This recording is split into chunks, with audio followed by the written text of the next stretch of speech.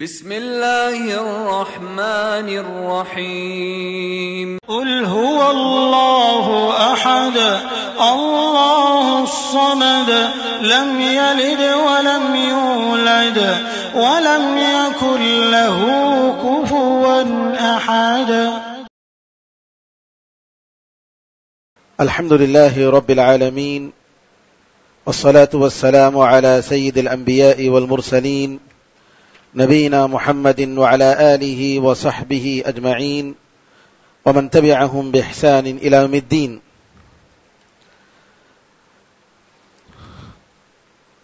احکام اور مسائل قرآن کریم کی روشنی میں اس موضوع کے تعلق سے ہم لوگوں نے گزشتہ درسوں میں طہارت، پاکی صفائی، وضو اور غسل، تیمم اور نماز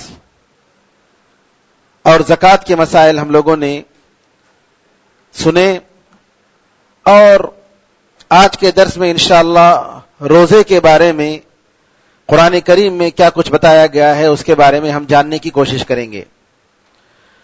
سورہ بقرہ میں اللہ تعالیٰ نے ارشاد فرمایا، یا ایھا الذین آمنوا کتب علیکم الصیام کما کتب علی الذین من قبلکم لعلکم تتقون۔ اے لوگوں جو ایمان لائے ہو، تم لوگوں پر روزوں کو اسی طریقے سے فرض کر دیا گیا ہے جیسا کہ تم سے پہلے لوگوں پر فرض کیا گیا تھا، تاکہ تم تقوی اختیار کرو۔ اس آیت سے یہ معلوم ہوتا ہے کہ روزہ صرف امت مسلمہ پر ہی نہیں بلکہ امت مسلمہ سے پہلے لوگوں پر بھی روزہ فرض تھا۔ ہو سکتا ہے کہ کیفیت میں کچھ تبدیلی ہو، ورنہ روزے کی فرضیت پرانے قوموں میں تھی، اس کا ذکر خود قرآن نے بتایا۔ اور روزے کا مقصد تقوی اختیار کرنا ہے۔ حدیث میں آتا ہے، من لم يدع قول الزور والعمل به فليس لله حاجة في ان يدع طعامه وشرابه، کہ جو شخص روزے کی حالت میں بیکار باتیں، ناجائز کام نہیں چھوڑتا ہے، اللہ تعالیٰ کو کوئی ضرورت نہیں کہ وہ اپنا کھانا پینا چھوڑے۔ تو اس کا مطلب یہ ہوا کہ کتنے ایسے لوگ ہیں جو روزہ تو رکھتے ہیں لیکن ان کی زبان نہیں روزہ رکھتی ہے، اور ان کی آنکھیں روزہ نہیں رکھتے ہیں، ان کا دل روزہ رکھتا نہیں ہے، جس کی وجہ سے ان کا روزہ بیکار ہو جاتا ہے۔ اور نبی کریم صلی اللہ علیہ وسلم نے فرمایا، کم من صائم لیس له من صیامہ الا الجوع، کہ کتنے ایسے روزے دار ہیں ان کے روزے میں سوائے بھوک کے اور کچھ نہیں ملتا۔ اور کم من قائم لیس من قیامہ الا السحر، اور کتنے ایسے نماز پڑھنے والے ہیں راتوں میں سوائے ان کو جاگنے اور تکلیف کے اور کچھ نہیں ملتا، یعنی ان کو ثواب نہیں ملتا۔ رمضان کی مناسبت سے بہت سارے سوالات آتے ہیں۔ ایک صاحب نے واٹس ایپ میں ایک سوال کیا، کیا روزے کی حالت میں اپنے گرل فرینڈ سے بات کر سکتے ہیں کیا؟ میں نے کہا کہ جواب تو دینا، اس کو لکھنے کا وقت نہیں ہے۔ میں نے ان کو ریکارڈ کر کے میں نے ان کو بھیجا اپنی آواز سے۔ میں نے کہا روزہ رکھنے کا فائدہ کیا ہے؟ جو چیز حرام ہے عام حالات میں، روزے میں اس کی حرمت اور بڑھ جاتی ہے۔ جب ایک جائز چیز کو ہم رمضان کی میں روزہ رکھتے ہوئے جائز چیز کو ہم چھوڑتے ہیں، اپنے آپ پر حرام کرتے ہیں، تو ایک ناجائز چیز کو ہم کیسے نعوذ باللہ کر سکتے ہیں رمضان میں، اور وہ بھی روزے کی حالت میں؟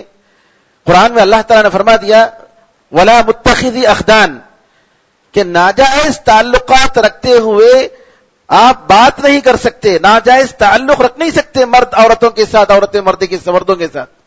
تو نعوذ باللہ، یعنی روزے کا مفہوم کیسے نعوذ باللہ دیکھیے ختم ہو گیا ہمارے معاشرے سے۔ لوگوں نے یہ سمجھ لیا ہے کہ روزے کا مطلب یہ ہے کہ بھوکا رہنا ہے، اور بھوکے رہتے ہوئے جو چاہے کر سکتے ہیں، نعوذ باللہ۔ تو یہاں یہ بتانے کی ضرورت ہے کہ روزے کا مقصد تقوی اختیار کرنا ہے، تقوی مقصد ہے۔ یہ رمضان کا مہینہ ایک تربیت کا مہینہ ہے، صرف بھوکا رکھنے کے لیے نہیں۔ جسمانی صحت مطلوب نہیں ہے، جسمانی صحت ایک ایکسٹرا فائدہ ہے، اس سے کہیں بڑھ کر نفس کا تزکیہ اور روحانی تربیت اور ایمان میں اضافہ، تقوی میں اضافہ، اپنی پاکیزہ اپنے دل کو پاک کرنا، یہ مقصد ہوتا ہے. اور اگر نعوذ باللہ ہم فون میں صبح سے لے کر شام تک اسی میں بزی رہیں، بیکار باتوں میں بزی رہیں اور وقت گزاری کو سمجھ لیں کہ کب وقت ہوگا افطار کا اور ہم افطار کریں گے، تو نعوذ باللہ افطار کا روزہ رکھنے کا کوئی فائدہ نہیں ہے. روزہ رکھنے کا کوئی فائدہ نہیں ہے. تو میرے بزرگوں، روزے کا مقصد قرآن میں اللہ نے بتا دیا، لعلکم تتقون، تاکہ تم تقوی اور پرہیزگاری اختیار کرو. ایک چھوٹا سا ایک لفظ، یہ تقوی بہت بڑا معنی رکھتا ہے، اپنے اندر بہت معنی رکھتا ہے. اور اس کا تقاضا یہ ہے کہ ہم اپنے پیٹ اور اپنے منہ کے روزے سے پہلے اپنے دل کا روزہ رکھیں. اس سے پہلے ہم نے بتایا تھا کہ علماء نے کہا کہ روزے کے مراحل ہیں، روزے کے مراتب ہیں. عام لوگوں کا روزہ جو ہوتا ہے وہ ہے کہ پیٹ کا روزہ اور جو ہے منہ کا روزہ، کھاتے نہیں ہیں پیتے نہیں ہیں، اپنی شرمگاہ کا روزہ، بس یہاں تک روزہ رکھتے ہیں. یہ عام لوگوں کی بات ہے. دوسرے مرحلے میں ان لوگوں کا روزہ ہوتا ہے جو اپنی زبان کو روزہ رکھتے ہیں، زبان کا روزہ رکھتے ہیں، غلط باتوں کو نہیں رکھتے. دوسری چیز، غلط نگاہوں کی طرف توجہ نہیں دیتے، غلط نظر ان کی نہیں پڑتی اور غلط باتیں وہ سنتے نہیں ہیں. ان کا کان روزہ رکھتا ہے، ان کی آنکھیں روزہ رکھتی ہیں اور ان کی جو ہے ان کی زبان روزہ رکھتی ہے. تیسرے مرحلے میں علماء نے کہا کہ تیسرا اسٹیپ، اس سے بڑھ کر اسٹیپ یہ ہے کہ ان کے ساتھ ساتھ دل کا روزہ، کہ دل روزہ رکھتا ہے کہ دنیا کی ساری چیزوں سے کٹ کر اللہ تعالیٰ کے لیے ہم اپنے روزے کو، اپنی عبادت کو خاص کریں اور اللہ تعالیٰ کے سامنے ہم جھک جائیں اور اللہ تعالیٰ کی نعمتوں کا ہم اقرار کریں. اے اللہ، تیری کتنی بڑی نعمتیں ہیں، ہم کیسی زندگی گزار رہے ہیں، لوگ کتنے پریشان ہیں، ان کے گھر، ان کے اولاد ان کے سامنے ذبح کی جا رہی ہے، زندہ درگور کیا جا رہا ہے صرف اس لیے کہ وہ لا الہ الا اللہ کہہ رہا ہے. سبحان اللہ، کیسے کیسے میسیجز ہم نے دیکھا. راتوں میں نیند نہیں آتی ہے، کس طریقے سے بچوں کو ذبح کیا جا رہا ہے، نعوذ باللہ، معصوم بچوں کو، اور کیسی درندگی پھیلائی جا رہی ہے. اور اس پر کہ یہ بھی میسج کہ ہندوستان میں ایسا ہی ہونا چاہیے، نعوذ باللہ. میرے بزرگوں، یہ جو کچھ ہو رہا ہے صرف اس وجہ سے کہ اپنے دین کو چھوڑنے کی وجہ سے. اور اگر فلسطین میں آج ہو رہا ہے، عراق یا سیریا میں ہو رہا ہے، کل اگر ہندوستان میں ہوتا ہے کوئی تعجب کی بات نہیں ہے، کیونکہ یہ اللہ تعالیٰ کی طرف سے سزا ہے، یہ اللہ کی طرف سے عذاب ہے. اور جب تک قومیں توبہ نہیں کریں گی، اپنے فریضے کو نہیں سمجھیں گی، نعوذ باللہ، یہ عذاب، یہ پاداش جو ہے اس کا سلسلہ جاری رہے گا. قیامت تو قریب ہے، اس میں شک نہیں. یہ سب جو چیزیں جو ہمیں، یہ نشانیاں جو ہم دیکھ رہے ہیں، یہ سب قیامت کی نشانیاں ہیں. یہ بڑی نشانیاں جب آئیں گی تو اللہ اکبر، ایک ایک بات دیگر آتی جائیں گی، ایک ایک بات دیگر آتی جائیں گی. گریٹر اسرائیل کا خواب دیکھا جا رہا ہے. پورے جزیرے عرب اور عراق اور ایران پر اپنی حکومت، اور اسرائیل اپنی حکومت قائم کرنا چاہ رہا ہے. یہ سب کیوں میرے بھائیوں؟ قیامت کی قربت کی علامت ہے. ایسے موقع پر اپنے ایمان کو بچانا بہت بڑی چیز ہے. اپنے ایمان کو بچانا، اپنی ایمان کی دولت کو محفوظ رکھنا کہ اللہ تعالیٰ کہیں ایسے فتنوں کے موقع پر ہمارے ایمان کو ختم نہ کر دے. ایمان کی فکر اور تقوی کی فکر ہونی چاہیے. اللہ تعالیٰ ہمیں اور آپ کو اس کی توفیق عطا فرمائے. قرآن میں اللہ نے یہ بھی فرمایا، شہر رمضان الذي انزل فيه القرآن هدى للناس وبينات من الهدى والفرقان فمن شهد منكم الشهر فليصم ومن كان مريضا أو على سفر فعدة من أيام أخر يريد الله بكم اليسر ولا يريد بكم العسر ولتكملوا العدة ولتكبروا الله على ما هداكم ولعلكم تشكرون. رمضان کا مہینہ وہ مہینہ ہے جس میں قرآن پاک کو اتارا گیا، جو سارے لوگوں کے لیے ہدایت ہے، مکمل ہدایت ہے، اور ہدایت کی واضح باتیں اور حق و باطل کے درمیان فرق کرنے والی چیزیں اس قرآن میں موجود ہیں. جتنے مسائل میں اختلاف ہوا ہے امت کے درمیان، انسانیت کے درمیان، ان سارے مسائل کا حل اس قرآن میں موجود ہے. قرآن میں اللہ تعالیٰ فرماتا ہے، ان هذا القرآن يهدي للتي هي اقوم. یہ قرآن ضرور ایسی بات کی طرف ہدایت دیتا ہے جو سب سے زیادہ پرفیکٹ اور جو سب سے زیادہ مضبوط ہے. اقتصادی مسائل لے لیجئے، سیاسی مسائل لے لیجئے، ملک کے بڑے بڑے مسائل لے لیجئے، اس قرآن میں اس کا حل موجود ہے. فیملی کے مسائل لے لیجئے. آج کتنے فیملی پریشان ہیں, کتنے خاندان ہیں جو جی رہے ہیں, زندگی گزار رہے ہیں, مسائل ہیں ان کے آپس میں. اگر ہم اس قرآن کی طرف لوٹیں گے تو ہمارے سارے مسائل حل ہو سکتے ہیں. تو اللہ نے فرمایا کہ یہ مبارک مہینہ وہ ہے جس میں اس قرآن پاک کو اتارا گیا. اس جیسی کوئی کتاب اس سے پہلے کسی قوم کو نہیں دی گئی. یہی نہیں بلکہ سورہ فاتحہ کے بارے میں بتایا گیا کہ اتنی عظیم سورت ہے کہ ایسی سورت نہ تورات میں دی گئی, نہ انجیل میں دی گئی, نہ کسی اور کسی چیز میں دی گئی. سورہ فاتحہ, اور سورہ فاتحہ کو خود قرآن عظیم دیا گیا, کہا گیا کہ یہ قرآن عظیم ہے, یہ قرآن کا بہت بڑا عظیم جو ہے قرآن کریم کا یہ سورہ ہے. تو میرے بزرگوں, تو اللہ تعالیٰ نے رمضان کے مہینے کے بارے میں بتایا, فمن شہد منکم الشہر فلیصم. پہلے اس کی فضیلت بتائی, اس مہینے کی اہمیت بتائی, اور کہا کہ تم میں سے جو بھی اس مہینے میں حاضر رہے اس کو روزہ رکھنا چاہیے, یہ فرض ہے. ومن کان مریضا, اور اگر کوئی بیمار رہا, او علی سفر, یا سفر کی حالت میں رہا, فعدۃ من ایام اخر, تو بعد کے دنوں میں کسی دوسرے دنوں میں انہی گنتی کے مطابق اس کو رکھ لینا چاہیے. یرید اللہ بکم الیسرا. دیکھیے شریعت میں بار بار بتایا جا رہا ہے اللہ تعالیٰ آپ کے ساتھ آسانی چاہتا ہے. ولا یرید بکم العسرا, اللہ تعالیٰ تمہیں تنگی اور پریشانی میں نہیں ڈالنا چاہتا. یہ تمہاری مصلحت کے لیے ہے, تمہارے فائدے کے لیے ہے, یہ تمہیں پریشان کرنے کے لیے نہیں, تمہیں تکلیف دینے کے لیے نہیں. اس کو تمہیں نعمت سمجھنا چاہیے, اللہ کی رحمت سمجھنا چاہیے, کیونکہ اللہ تعالیٰ نے ہر عمل میں, ہر عبادت میں تمہارے لیے دین و دنیا اور آخرت کا فائدہ رکھا ہے. نعوذ باللہ اگر کوئی رمضان کی یہ عبادتوں کو کیا جی افطار کرنا, کھانا, پھر نماز کو فوراً بھاگو, مغرب نماز کو پھر آؤ, پھر اس کے بعد عشاء کی نماز کو فوراً بھاگو, پھر تراویح کی نماز پڑھو, پھر بھاگو, پھر رات میں تہجد کیے, اس کے لیے کیا نام ہے سحری کے لیے اٹھو, تہجد کے لیے اٹھو, کیا چیز ہے یہ؟ نہیں, ہمیں اللہ تعالیٰ سے توبہ کرنا چاہیے ایسے خیالات سے. ہم مدینہ منورہ میں ایک مرتبہ ایک جگہ کچھ ڈاکٹروں کے ساتھ ہم افطار کر رہے تھے,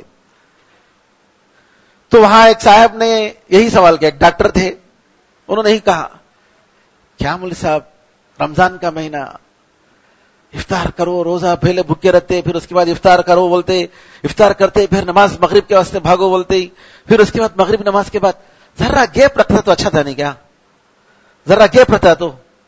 اللہ اکبر. وَلَوِ اتَّبَعَ الْحَقُّ أَهْوَاءَهُمْ لَفَسَدَتِ السَّمَاوَاتُ وَالْأَرْضُ وَمَنْ فِيهِنْ. قرآن والا نے کہا اگر حق ان کے خواہشات اور ان کے خیالات کی پیروی کرتا, ان کے خواہش کے مطابق اللہ تعالیٰ دین کو بناتا, تو زمین اور آسمان اور زمین میں جو لوگ بھی ہیں سب کا نظام بگڑ جاتا.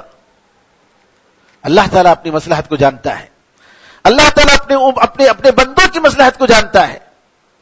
تو میرے بزرگوں, اللہ تعالیٰ کی شریعت پر ہمیں اللہ کا شکر ادا کرنا چاہیے. اللہ بار بار کہتا ہے ہر شریعت کے حکم کے ساتھ, اللہ تعالیٰ تمہارے ساتھ آسانی چاہتا ہے, تمہیں تکلیف اور پریشانی میں نہیں ڈالنا چاہتا.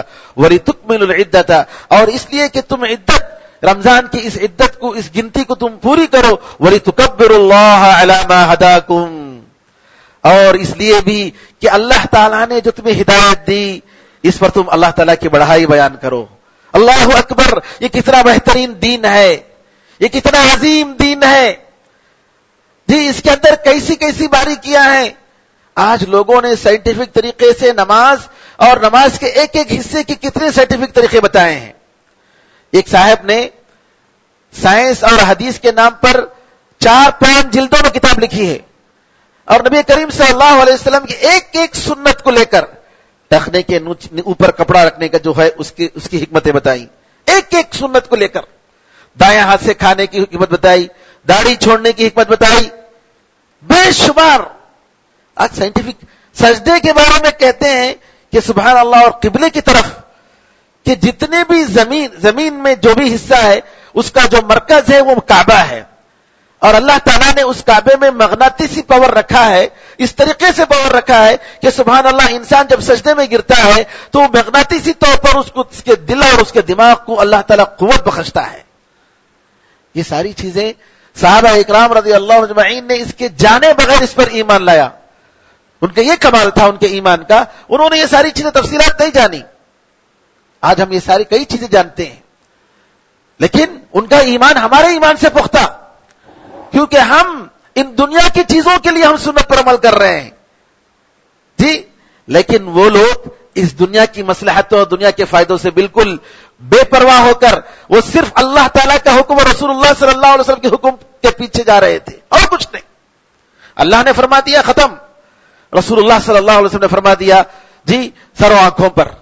یہ حالت ہوتی تھی صحابہ رضی اللہ اجمعین کی، اور اسی پر ان کا ایمان تھا۔ تو میرے بزرگوں، یہاں کہنے کی بات یہ ہے کہ اللہ تعالیٰ کا ہم شکر ادا کرنا چاہیے، وَلَعَلَّكُمْ تَشْكُرُونَ وَلِتُكَبِّرُوا اللَّهَ عَلَى مَا هَدَاكُمْ، اللہ نے جو تمہیں ہدایت دی اس پر تم اللہ تعالیٰ کی بڑائی بیان کرو، اس کی تکبیر بیان کرو، اس کی تعریف کرو، وَلَعَلَّكُمْ تَشْكُرُونَ، اور یہ کہ تم اللہ تعالیٰ کا شکر ادا کرو۔ تو نبی کریم صلی اللہ علیہ وسلم نے سنت میں اور رمضان کے روزوں کی فرضیت کے بارے میں یہ امت کا اجماع ہے۔ اجماع کا مطلب یہ ساری امت کا اتفاق ہے کہ رمضان کے روزے فرض ہیں، قرآن کے حکم ہے، حدیث میں حکم ہے، نبی کریم صلی اللہ علیہ وسلم کی سنت میں ہے، اور اسی طریقے سے ساری امت کا اجماع ہے کہ رمضان کے مہینے کا روزہ فرض ہے، اور اگر کوئی شخص اس کا انکار کرتا ہے تو نعوذ باللہ وہ مسلمان نہیں۔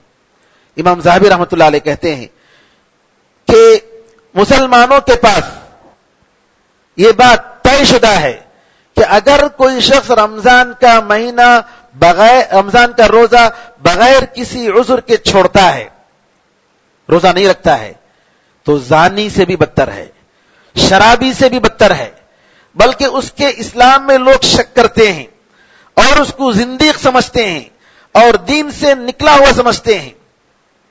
اور شیخ الاسلام ابن تیمیہ رحمۃ اللہ علیہ کا کلام نقل کیا کہ اگر کوئی شخص رمضان کے دنوں میں روزہ چھوڑنے کو، روزہ نہیں رکھنے کو حلال سمجھتا ہے، حالانکہ اس کو معلوم ہے کہ شریعت میں اس کی حرمت آئی ہے کہ روزہ چھوڑنا حرام ہے، روزہ رکھنا فرض ہے، تو ایسے آدمی کا قتل اسلامی حکومت میں واجب ہے، اسلامی حکومت میں واجب ہے۔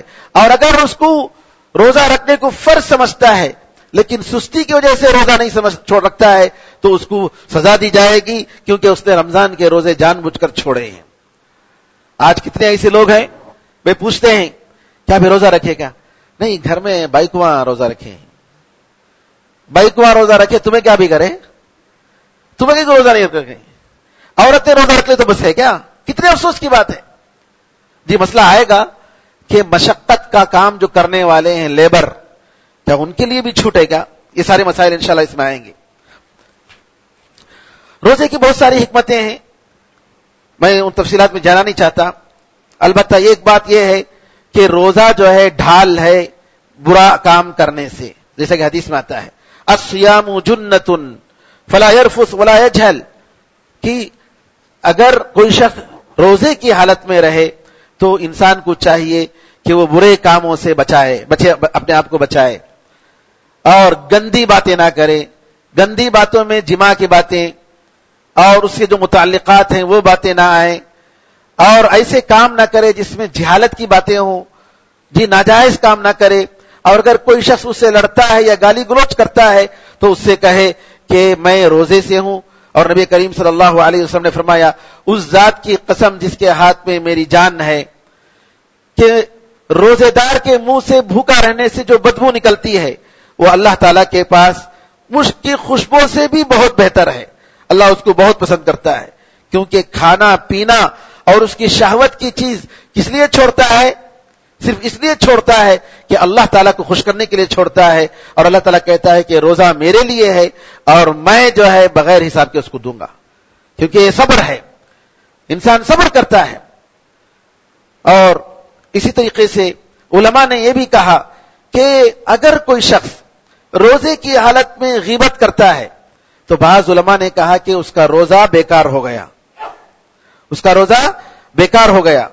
امام اوزاعی رحمۃ اللہ علیہ کہتے ہیں ان الغیبۃ تفطر الصائم وتوجب علیہ قضاء ذلک اليوم، کہ غیبت کرنے سے انسان کا روزہ ٹوٹ جاتا ہے اور اس دن کا قضا جو ہے دوسرے دن رکھنا پڑے گا، کیونکہ نبی کریم صلی اللہ علیہ وسلم نے فرما دیا کہ جو شخص جھوٹ بات اور غلط کام نہیں چھوڑتا ہے تو اللہ تعالیٰ کے لیے کوئی ضرورت نہیں کہ اس کا کھانا پینا چھوڑ دے۔ بہرحال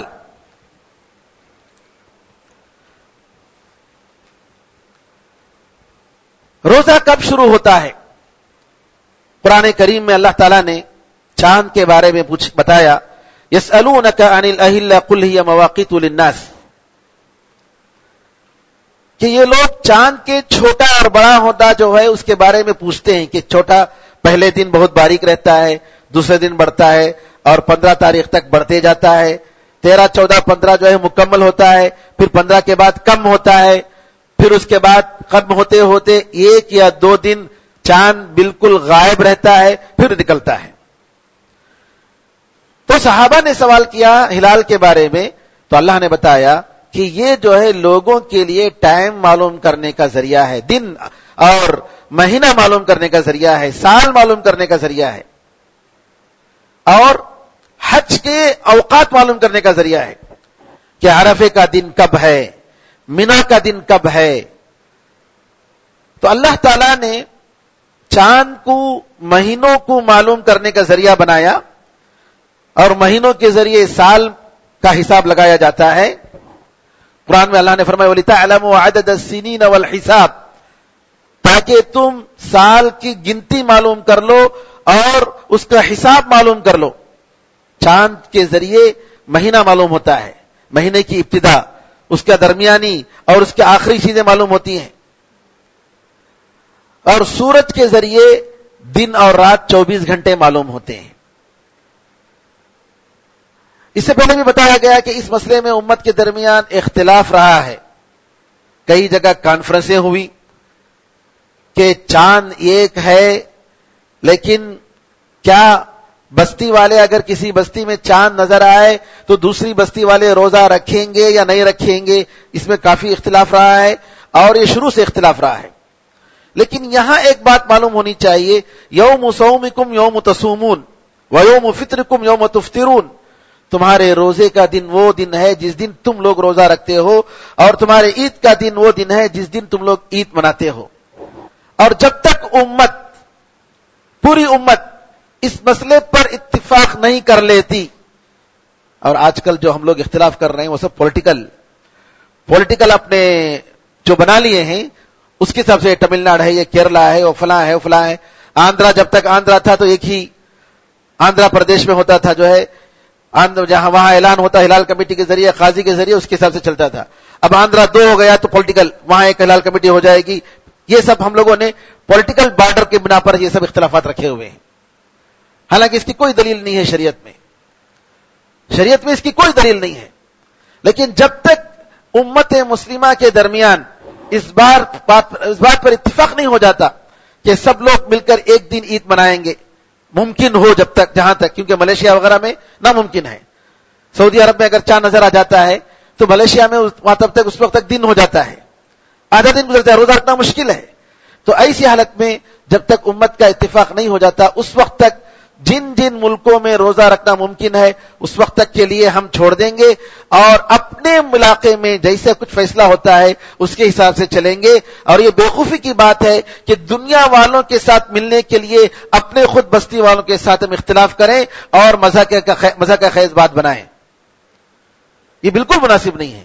تو لہذا بستی والوں سے اختلاف کرنا اور جو اتھارٹی ہے ان سے اختلاف کرنا یہ بالکل غلط بات ہے۔ بہرحال نبی کریم صلی اللہ علیہ وسلم نے فرمایا لا تصوموا حتى تروا الهلال ولا تفطروا حتى تروا الهلال فإن غم عليكم فأكملوا العدة 30۔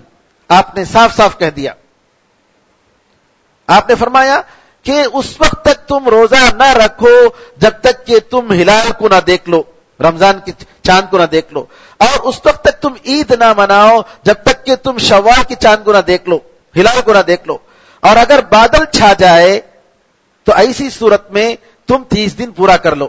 شریعت نے ایک ایسی چیز کی طرف ہمیں احالہ کیا ہے جی جس میں سارے لوگ دیکھ سکتے ہیں، اختلاف کی بات ہی نہیں ہے، لیکن یہ حساب کتاب کی جو باتیں ہیں، اسٹرونومیکل کیلکولیشن، علم الفلک کے حسابات، ان میں خود اختلاف ہوتا ہے۔ اس کے جو علماء ہیں، جو ماہرین ہیں، کوئی کہتا ہے کہ چاند آج پیدا ہوگا، کوئی کہتا ہے کہ نہیں کل پیدا ہوگا، ہر سال یہ اختلاف ہو رہا ہے۔ تو بہرحال ان سارے مسائل کو چھوڑ کر ہمیں بہتر یہی ہے کہ اپنے پاس، اپنے ملک میں، اپنی بستی میں، اپنے شہر میں جو لوگ جیسا فیصلہ کرتے ہیں اس کے حساب سے چلیں اور اس میں اختلاف نہ کریں۔ روزے کے بارے میں اور بھی مسائل انشاءاللہ کل کے درس میں آئیں گے. اللہ تعالیٰ سے دعا ہے کہ اللہ تعالیٰ ہمیں اور آپ کو دین کے مسائل سمجھنے اور اس کے تقاضوں کے مطابق عمل کرنے کی توفیق عطا فرمائے. آمین ارحم الراحمین. الحمدللہ رب العالمین وصلی اللہ وسلم علی نبینا محمد وعلی آلہ وصحبہ اجمعین. والسلام علیکم ورحمۃ اللہ وبرکاتہ.